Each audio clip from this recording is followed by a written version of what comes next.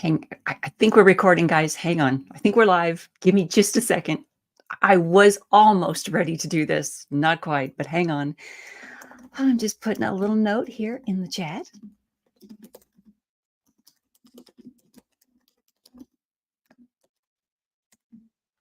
All right. Hopefully everything is working like it's supposed to work. Oh, Sandy says read. Welcome to the channel. Okay, you guys, tonight we are doing a poetry reading and live stream, as we are going to do every Sunday evening here during the month of April to celebrate National Poetry Month. You guys, tonight might be a little bit low energy.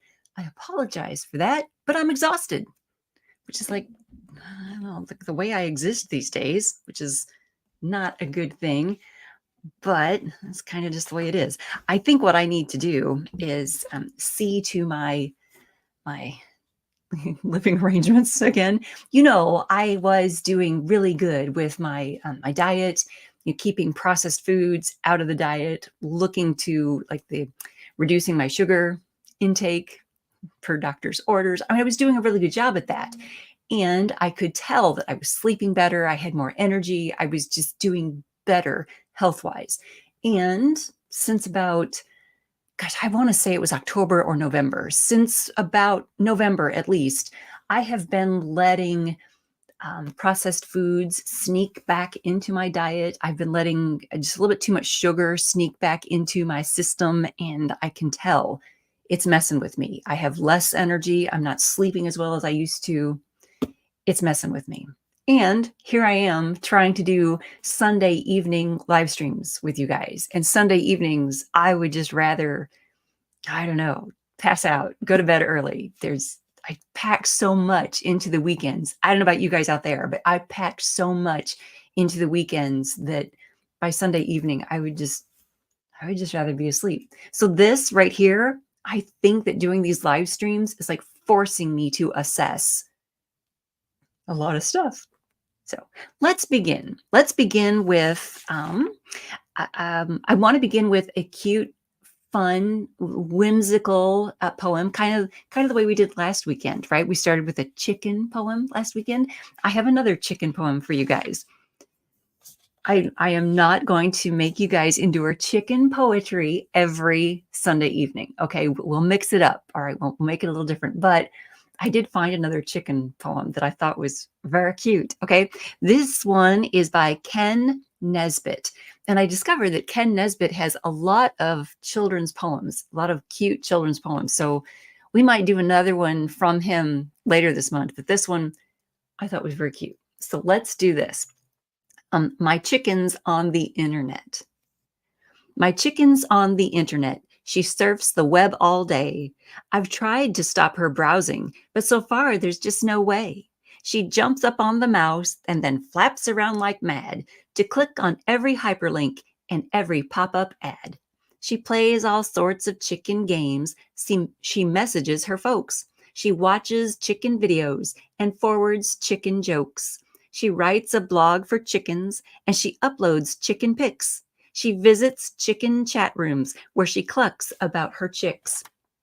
I wouldn't mind so much, except my keyboard's now a wreck. She hasn't learned to type yet. She can only hunt and peck. And you guys, I thought that was adorable. I thought that was wonderful. So I'm sharing the whimsy with you all out there. Now, another thing that I wanted to do on tonight's live stream is apologize. You guys, I think that in the announcement about National Poetry Month and some of the poetic things that I wanted to bring to you guys, I think I told you all about Poem a Day, right? PAD, Poem a Day. The poets.org website has this function, this service they do where you can sign up and have a poem a day delivered to your email, right? I could swear I used to be signed up to have a poem a day sent to me long time ago. Seems like I was signed up for that and I opted out of it. And now I remember why I opted out of it, because I have discovered that the poems that are sent to me each day are just a little bit political. That's the word that I will use to be polite. And I don't care for political poetry.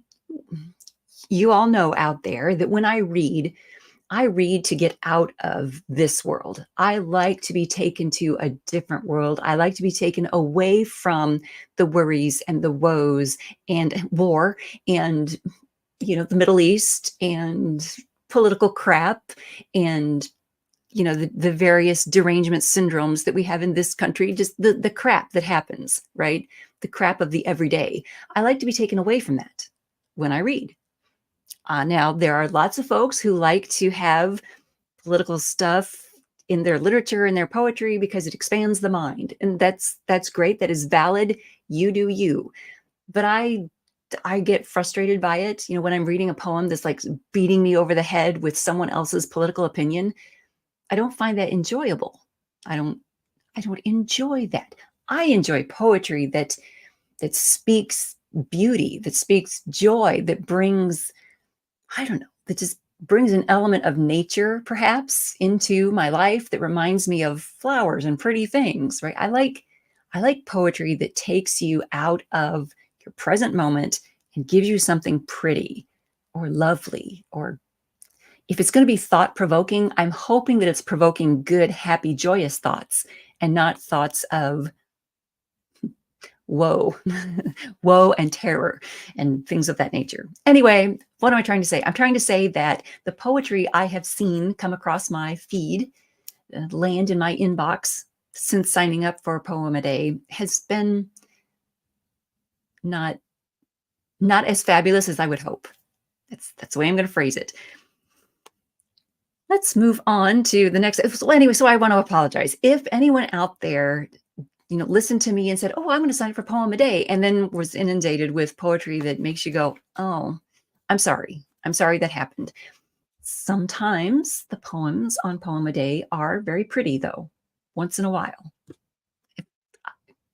I think there was one. I know we're already, what is today, the 14th? And today's the 14th. I think there was one that was, nice, that was pleasant, and didn't have a.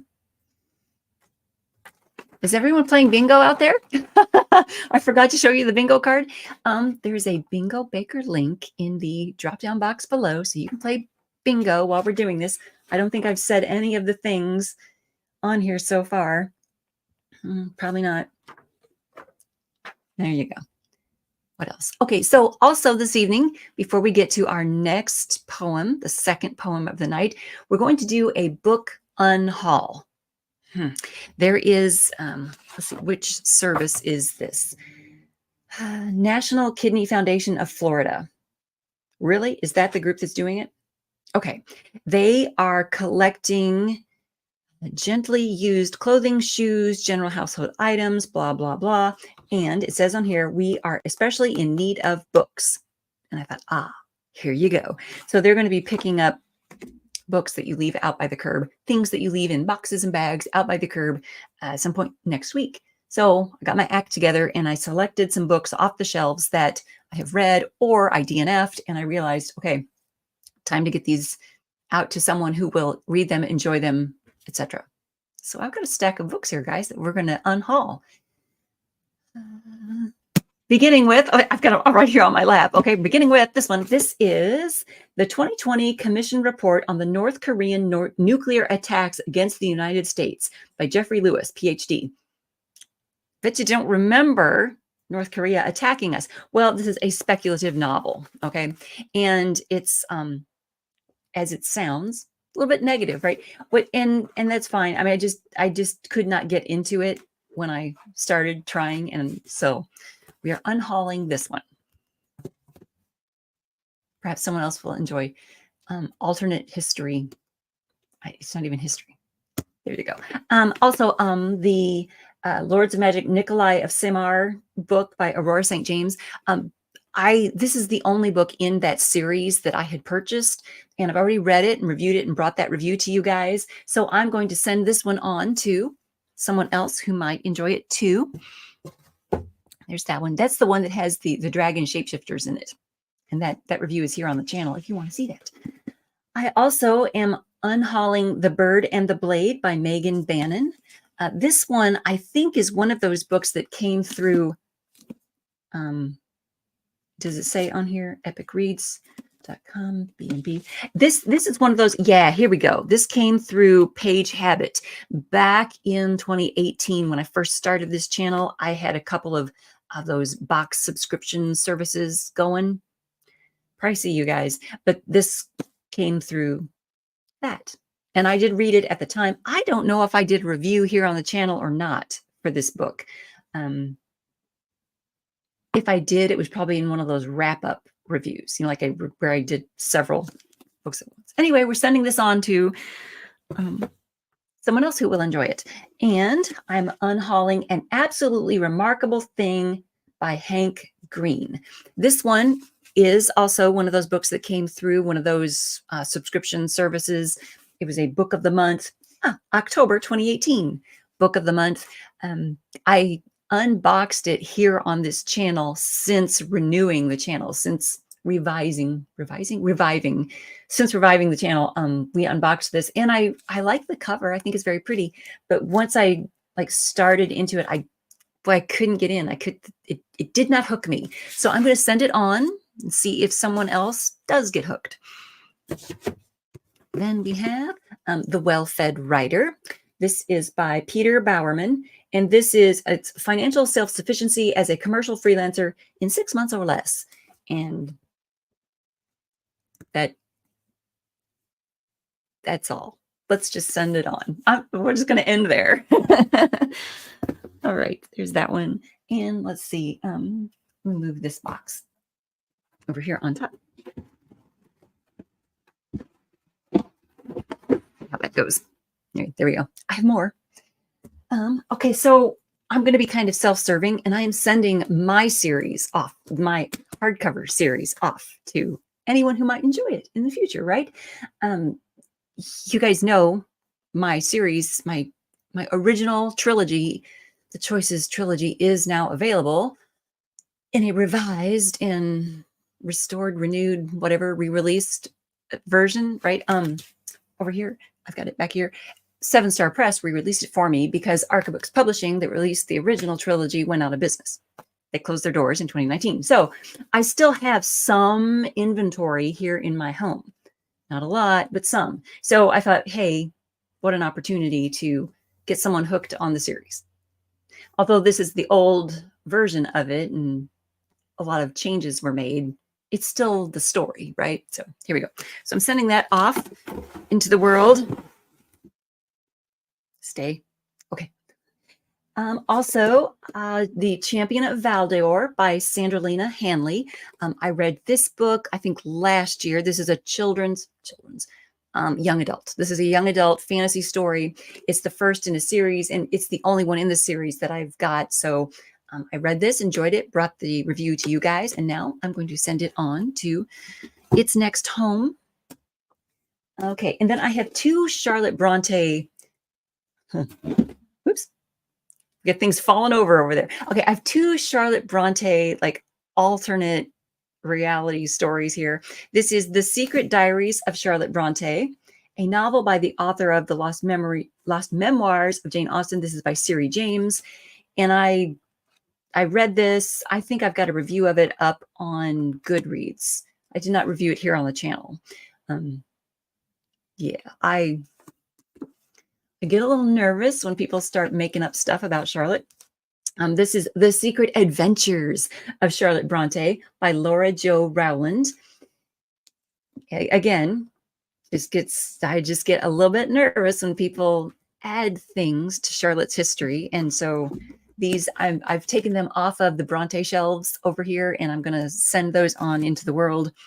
You guys, I kind of debated that because some of the stuff in here is fact-based, some of it, real stuff, but there's stuff in here that romanticizes and puts dialogue to Charlotte and Arthur. Okay, it just changes stuff up. And so I wondered, I debated whether or not I should put this out into the world, because then people are going to read it and be like, oh, so this was what Charlotte said about this and that, and this is how Charlotte was. When no, No, if you read real Charlotte Bronte history,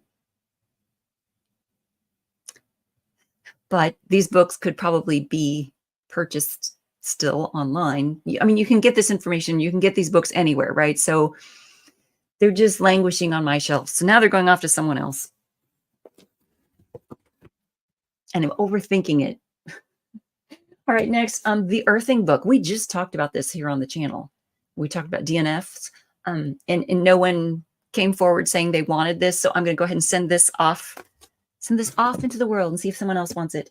I have a Game of Thrones, the George R.R. Martin book. This particular version of it, I'm sending off into the world because I've got the whole series so far. I've got the whole series over here on this shelf going back behind these books. So yeah, I've got this and they all match. This one doesn't match them. It's not the same height. It's not the same. It's not the same. It doesn't match. So it's going off to someone who will want to read it. Next up, there is Furyborn by Claire Legrand. I read this one a couple years ago, and I think I reviewed it here on the channel in a wrap-up of other books. It's a fantasy novel about two queens, and their stories hop back and forth, and that's all I'm going to say about it.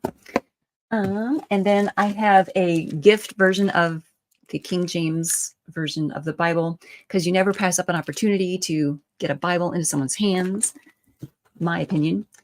And then, oh, hey, Dwan, hello. I didn't see when you came in. Hi, welcome. Pull up a chair. I'm doing an unhaul of books. I'm also unhauling A Tale for the Time Being by Ruth Ozeki. I figured this one, is it fairly recent? It's like 10 years, published 10 years ago, I think. I could have looked that up before I started this, you guys.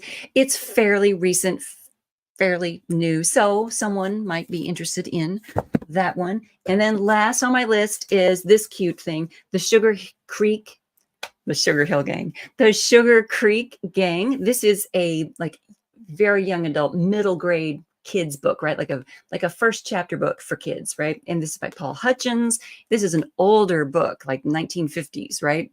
But it's very wholesome. It's a good, wholesome story. And I think that someone out there will enjoy that. So it's going in the unhaul box as well. So Tuesday, April 16th, the Kidney Foundation people will come and pick up a buttload of books. And hopefully those will go to good homes and people will love them and enjoy them. And it'll be great. You guys, I think that's everything I had on the list for like random things. It's time for our second and last poem of the evening. Now, earlier I was, telling you guys how I so much appreciate lovely poetry, and I don't prefer poems of war, but I'm going to read you poems of war. Sorry, here we go. Yeah, I'm going to read you something by Rudyard Kipling. Let me just spit that out there.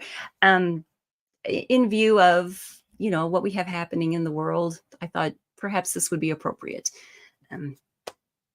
Yeah, that's all I'm going to say about that. Here's our poem. This is For All We Have and Are by Rudyard Kipling. For all we have and are, for all our children's fate, stand up and take the war, the Hun is at the gate. Our world has passed away in wantonness o'erthrown. There is nothing left today but steel and fire and stone. Though all we knew depart, the old commandments stand. In courage keep your heart, in strength lift up your hand. Once more we hear the word that sickened earth of old, no law except the sword, unsheathed and uncontrolled. Once more it knits mankind, once more the nations go to meet and break and bind a crazed and driven foe. Comfort, content, delight, the ages slow-bought gain. They shriveled in a night, only ourselves remain to face the naked days in silent fortitude, through perils and dismays, renewed and re-renewed. Though all we made depart, the old commandments stand. In patience keep your heart, in strength lift up your hand. No easy hope or lies shall bring us to our goal, but iron sacrifice of body, will, and soul. There is but one task for all, one life for each to give. What stands if freedom fall? Who dies if England live?